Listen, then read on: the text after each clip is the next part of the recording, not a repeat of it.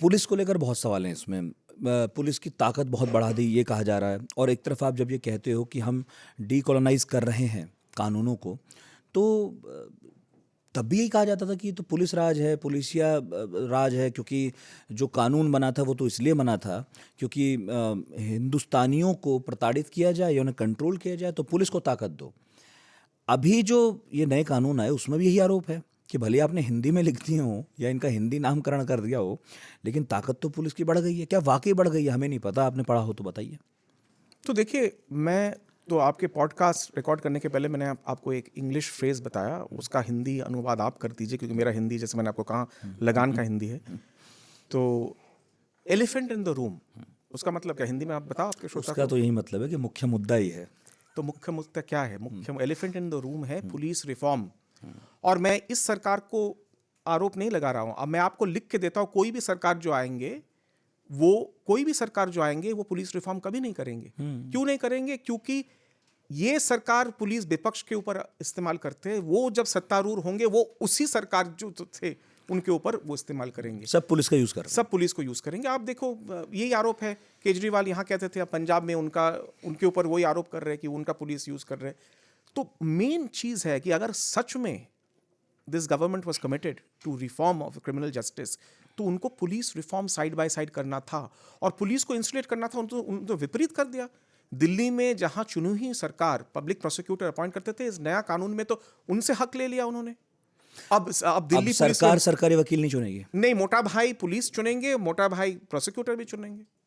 तो ये जो है पुलिस रिफॉर्म का बहुत सारे एस्पेक्ट्स है।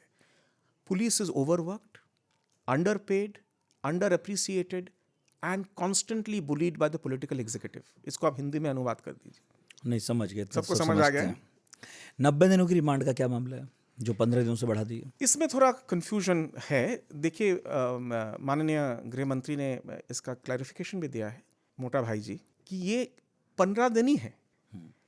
इन्होंने सिर्फ ये कहा है कि अगर ऑफेंस जो है, अगर वो 10 साल का सजा होते हैं, तो 60 दिन तक रिमांड में 15 दिन वो ले सकते हैं, और अगर उसके ऊपर है तो 90 दिन में ले सकते हैं। इसका मतलब ये है कि ये जो है 15 दिन उसको इकट्ठा नहीं लेना है। वो 60 दिन में 2-2, 5-5 दिन करके टोटल 15 दिन का ले सकते हैं, 60 दिन में या 90 दिन। तो उस तरह इसको इन्होंने, उनका जस्टिफिकेशन क्या है पहले ये समझ लीजिए।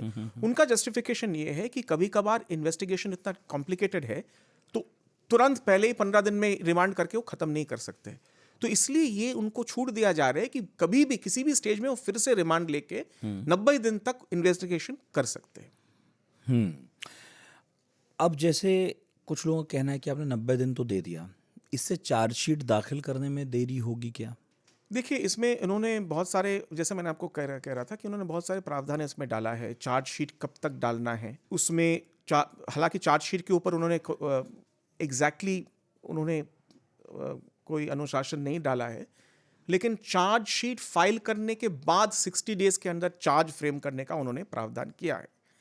अब ये चार्जशीट कब फाइल होगा? आप देखिए, हमारे दिल्ली में जो लिकर केस चल रहा है, शराब घोटाला केस, उसमें तो चार्जशीट कंप्लेंट पे कंप्लेंट उन्होंने डाले जा रहे हैं। बहुत सारे केसेस में सालों से चार्जशीट चलते हैं।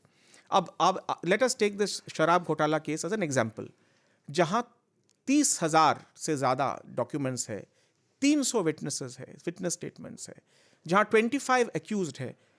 अब इस कानून में 30 दिन के अंदर, 60 दिन के अंदर चार्ज फ्रेम करना है। आप सोचो, और उसमें 60 दिन के अंदर डिस्चार्ज एप्लीकेशन भी है। आपके श्रोता को समझना है कि चार्ज प्रोसीजर क्या होते हैं। इन्वेस्टिगेशन होते हैं, इन्वेस्टिगेशन के बाद एक चार्ज शीट फाइल होते हैं, ये आरोप पत्र दर्ज होते हैं। अब आरोप पत्र जब दर्ज होते हैं, जो आरोपी है उनका हक है, उनका अधिकार है कि वो वहाँ एक प्रोटेस्ट पिटिशन, डिस्चार्ज पिटिशन डाल सकते हैं कि कोर्ट को कहे कि जनाब, इसमें कोई केस मेरे खिलाफ नहीं बनते, आप मुझे बरी कर दीजिए, आप मुझे डिस्चार्ज कर दीजिए। Home minister was also discharged in that case, in that Gujarat riots case, through a discharge route by. दूसरा, मान लो मैं नितिन के खिलाफ 2 क्रिमिनल ऑफेंस के बारे में कंप्लेन किया है, X और Y, और पुलिस चार्ज सिर्फ वाई का करते हैं। मैं उसमें प्रोटेस्ट पिटिशन डाल सकता हूँ कि नहीं, एक्स को भी डालो। तो इतने सारे प्रोटेस्ट पिटिशन सुनो, चार्ज फ्रेम करो, सब कुछ आपने बोल दिया कि 60 डेज के अंदर करो। और उसके बाद शराब घोटाला का केस लिखो, इस सब के बाद जजमेंट आपको 30 दिन के अंदर देना होगा। तो ये सब ये तो बहुत अच्छा लगता है किताब में, जैसे आपने कहा लिखना बहुत अच्छा है कि 30 दिन के अंदर होगा, 60 दिन के अंदर होगा, 30 दिन के अंदर जजमेंट करोगे, लेकिन प्रैक्टिकली एवरीवन इज अवेयर कि कुछ नहीं होगा।